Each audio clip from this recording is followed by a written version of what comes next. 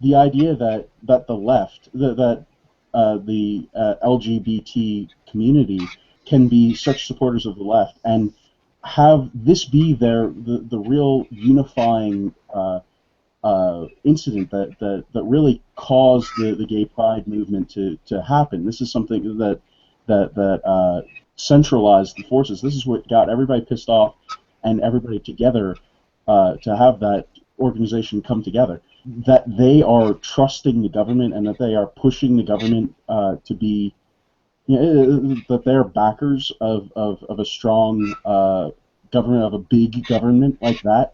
Yeah, you're touching on the twists and turns of illogic that the left is having to go through right now, because they are the party of huge government and government force, but they're also the party of the cops are bad. How does that even work? How does that even work? Charlie Cook addressed this because he was talking about these two narratives that you have on the left, that you can social engineer and build a society in which you can eradicate things like these problems between communities and cops and that sort of thing, and that the bad guy is a cop and his racism, and it's the only thing in the system that's keeping it from working perfectly. But meanwhile, conservatives think that this is, man has fallen, people have these things, and that probably the best thing to do, if you believe that you have racist cops, and you have people that are involved in persecuting different groups based on who they are, that the thing to do would be to offer those law enforcement officers as little opportunity to interact over infractions and minor crimes as possible with that community. And so it's a very different narrative on two sides. If you believe that people can be perfected and that there's some bad apples, but that mostly people are good and that laws are good and everybody would follow the law if you just got rid of the bad guys, then you're not going to be looking at this as a big government problem as much as a big government opportunity to further social engineer people.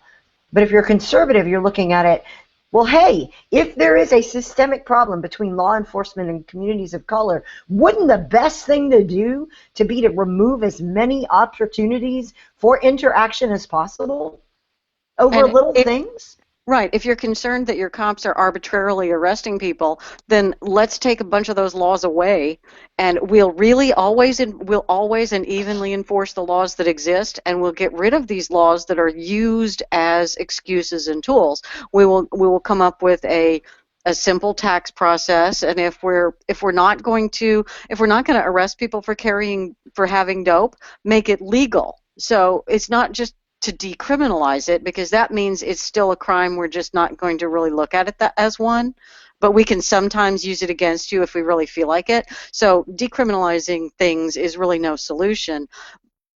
Take the law off the books.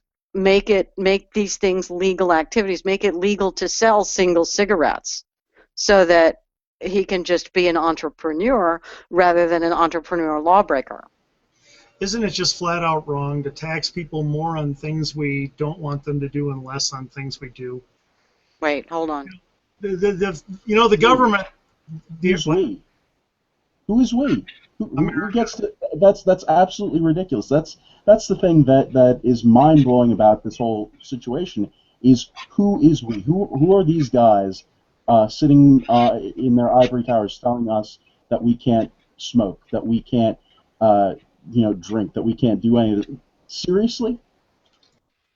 Well, I think the federal government has actually shown itself to be, in one way wiser than the Almighty God, in that they've shown him how to stop certain sins. You simply tax them more. Well, look at that. Look at that rain tax, cigarette tax, alcohol taxes, all the things, cookie dough, all these things they're trying to micromanage about our lives.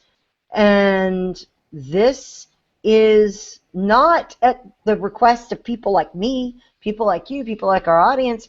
It's at the request of people who are in that clerisy, back to that other article, that academia. If they had run out of ways to increase revenues in New York because they're taxing people to death in certain places and and other people are moving out and they're just limited in the number of ways they can raise revenue, bam, let's put a new tax. Bam, let's raise this tax. It's all about those people who control those things getting more money to do more programs to control more. This is how they put an end to the story. They will acknowledge that Gruber was stupid. They will acknowledge that he spoke inartfully or was glib. And we've acknowledged that, and it's time to move on. Are you still beating that old dead horse? Because we're told that they've covered it.